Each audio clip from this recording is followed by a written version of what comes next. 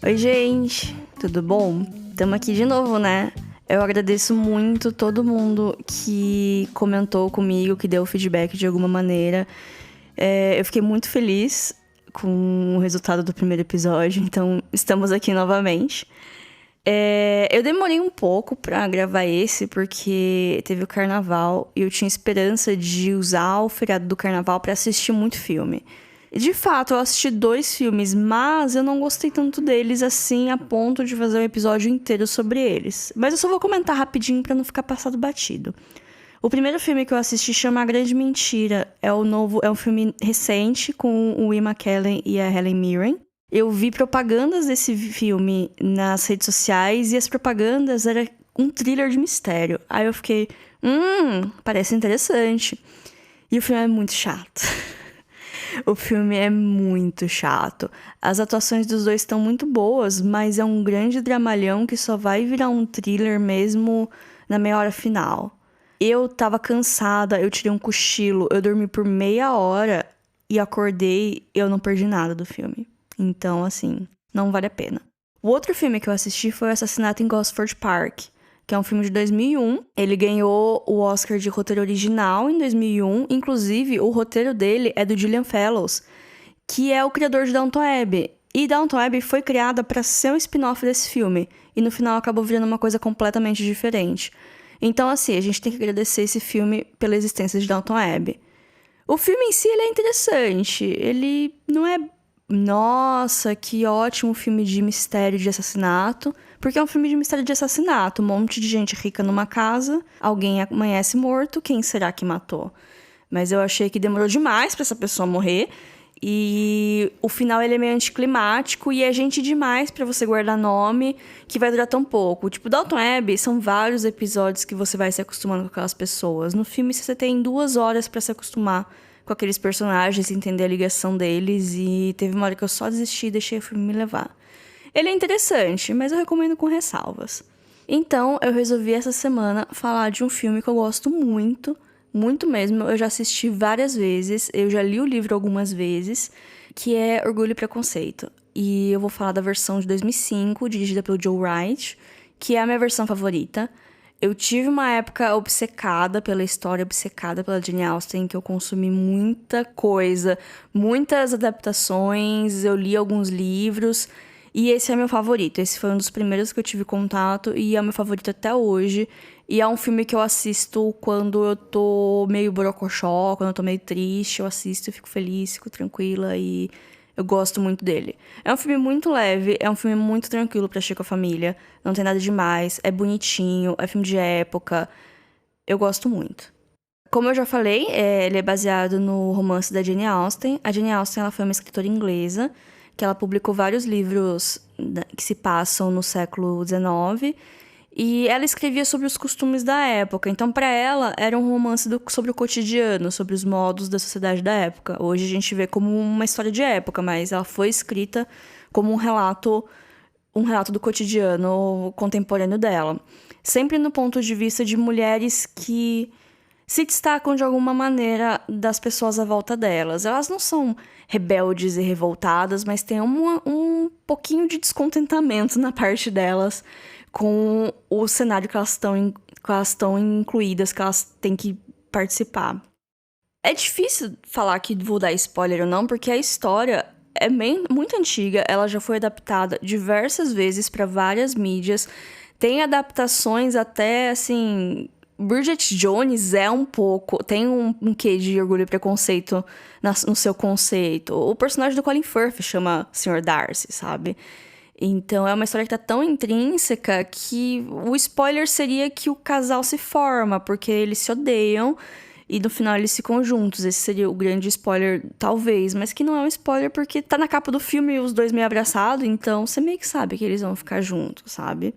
A personagem principal da história é Elizabeth Bennet.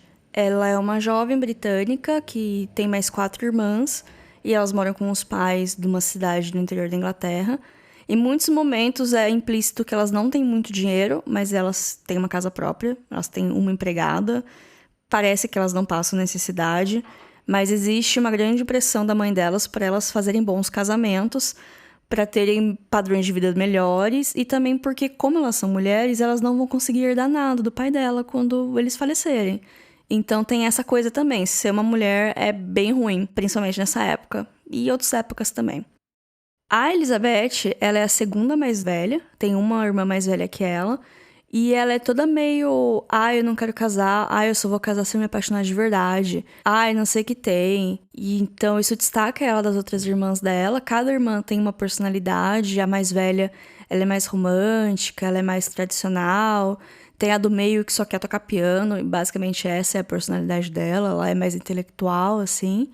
E tem as duas mais novas, que a mais nova, ela quer fazer o mesmo que as irmãs mais velhas estão fazendo, mesmo sendo bem mais nova que elas, e acontece uma situação no meio que ela acaba se destacando por causa disso, e a outra irmã mais nova meio que vai na onda dessa outra irmã, e que é uma péssima influência pra ela, pra ser bem sincera, assim.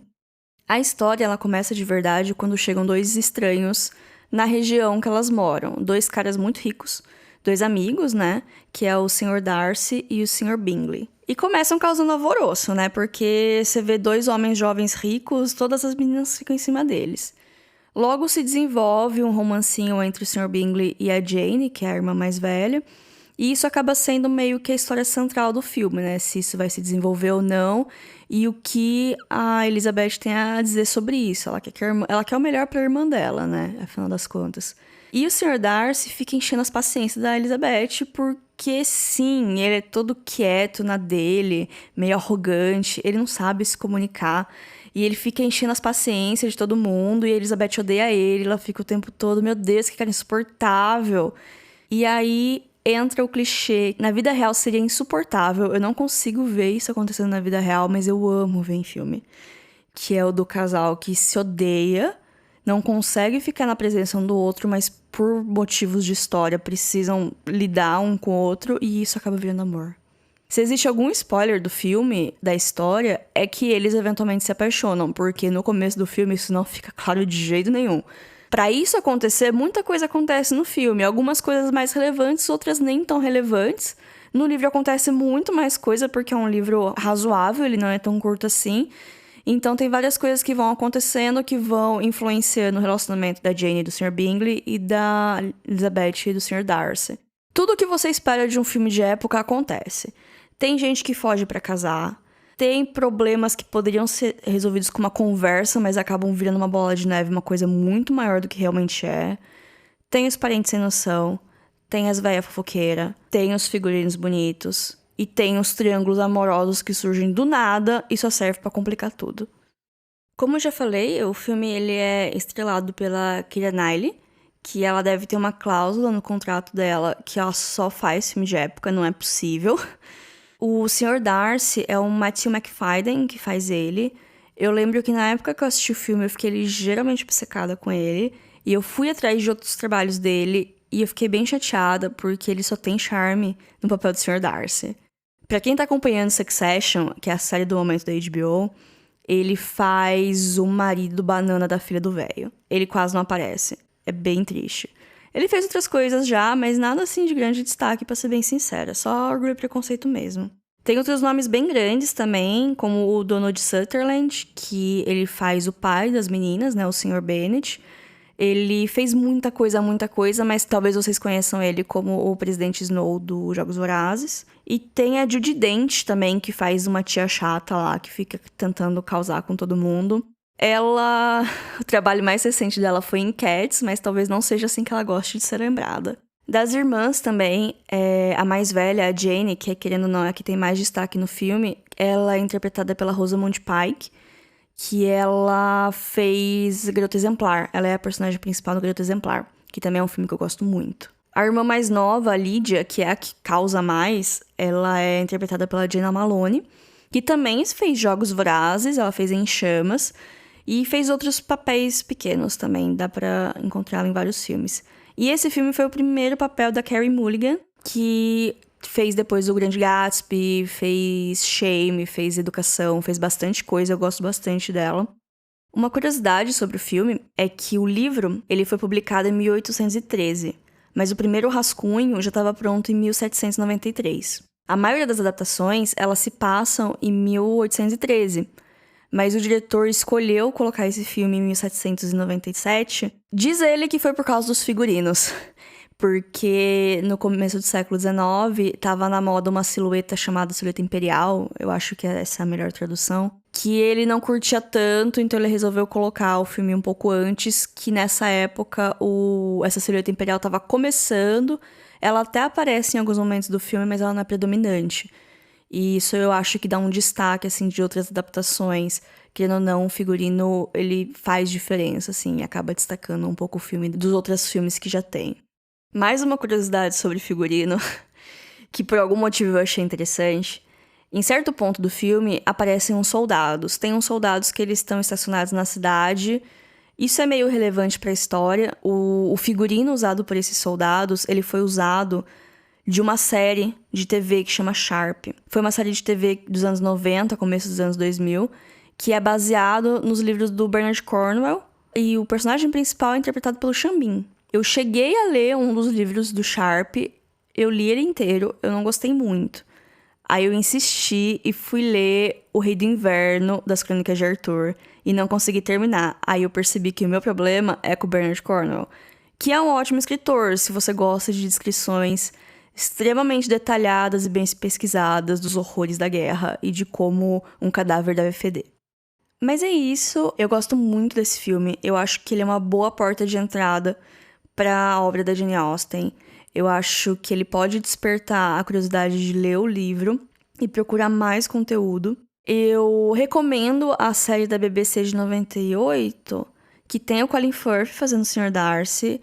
Ela é bem fiel ao livro, mas ela é mais demorada, porque é uma minissérie, né? São 6 episódios, eu acho. Então são 6... É como se fosse um filme de 6 horas. Mas eu acho ele muito fiel ao livro. E tem uma cena que nasceu icônica, que eu acho que é no penúltimo episódio, que envolve uma fonte de água. Eu lembro que eu aluguei esse DVD na locadora. Foi o meu primeiro contato com o filme. Eu gostei tanto dele que eu fiz uma cópia pra mim, pra eu ficar reassistindo. Aí, quando eu consegui comprar o DVD, eu comprei o DVD. Eu tenho o DVD desse filme lá em casa. Eu lembro como é o menu desse filme de tantas vezes que eu assisti ele. É uma cena muito X do filme, que é ela no penhasco, assim, batendo vento. É bem bonita, mas não significa nada pro filme. Com a trilha sonora do pianinho. A trilha sonora do filme é toda cheia de pianinho, toda... Ai, eu gosto tanto. É do Dario Marianelli, se alguém conhece, se alguém se importa. Eu lembro de ter assistido esse filme na Amazon, mas eu fui ver agora pra colocar aqui onde assisti o filme e ele saiu do catálogo. Aí eu fiquei bem triste. Mas tem formas de você assistir ele na internet, tem como você alugar ele em alguns serviços que alugam. Se alguém quiser o DVD emprestado, eu empresto. Espero que tenham gostado desse episódio. Eu amo muito filme de época, mas eu acho que eu não assisti o suficiente. Então, se alguém tiver alguma recomendação de filmes de época, eles podem ser romance ou pode ser de qualquer gênero. Eu só gosto mesmo de ver pessoas bonitas com roupas bonitas. Comenta lá no nosso Instagram, @filme.da.semana. Segue a gente lá. Me indiquem filmes, por favor. Todo feedback é bem-vindo. Obrigada, gente.